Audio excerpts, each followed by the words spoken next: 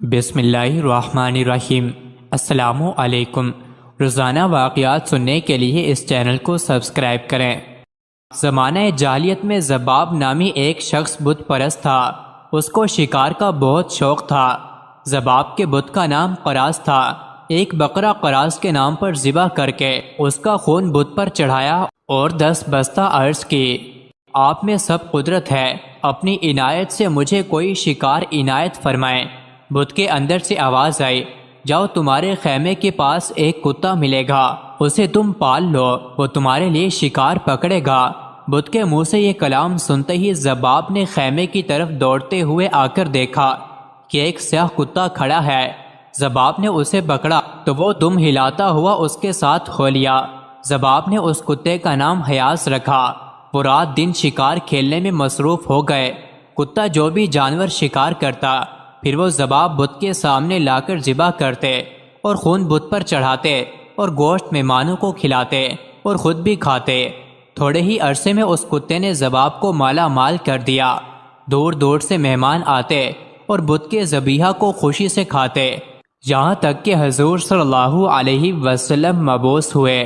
جب اس کے مکان پر ہر روز مہمان آتے تھے تو ایک دن حسب معمول ایک شخص آیا اور کہا کہ میں آج نبی کریم صلی اللہ علیہ وسلم سے قرآن سن کر آیا ہوں۔ جب اس مہمان نے سید المرسلین صلی اللہ علیہ وسلم کی کچھ باتیں کی تو خلاف عادت وہ کتا بھی کان لگا کر باتیں سننے لگا۔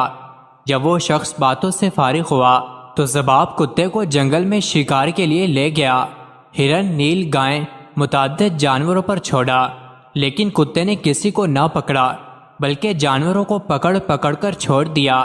ذباب نے کہا، آج کتے کو کیا ہوا؟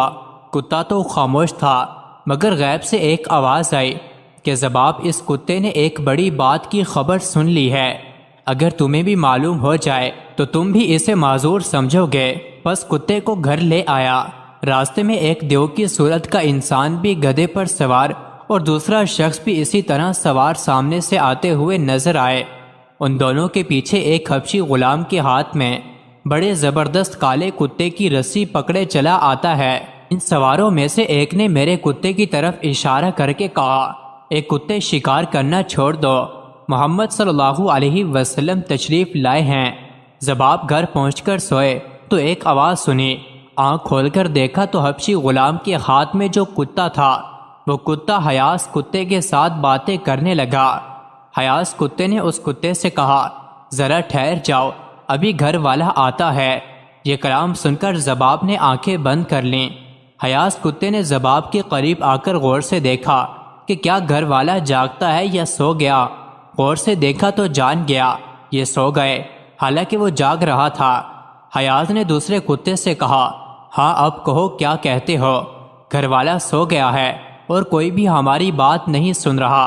کالے کتے نے کہا کہ تو نے وہ جو 2 سوار دیکھے، یہ دونوں بڑے قومی سہیکل والے جن تھے، یہ وہ ہیں جو حضور اکرم صلی اللہ علیہ وسلم سے قرآن مجید سن کر مسلمان ہو چکے ہیں، اور حضور صلی اللہ علیہ وسلم نے اپنی طرف سے ان دونوں کو روئے زمین کے جنات اور شیاطین پر مسلط کر دیا ہے، جو بتوں کے اندر بولتے اور بتوں کے ذریعے سے گمراہ کرتے ہیں۔ ان کو پکڑ کر ماریں۔ مجھے تو انہوں نے پکڑ کر خوب مارا اور طرح طرح کے عذاب میں مبتلا رکھا، اور مجھ سے عہد لیا کہ اب کے بعد میں کسی بت کے اندر نہ جاؤں۔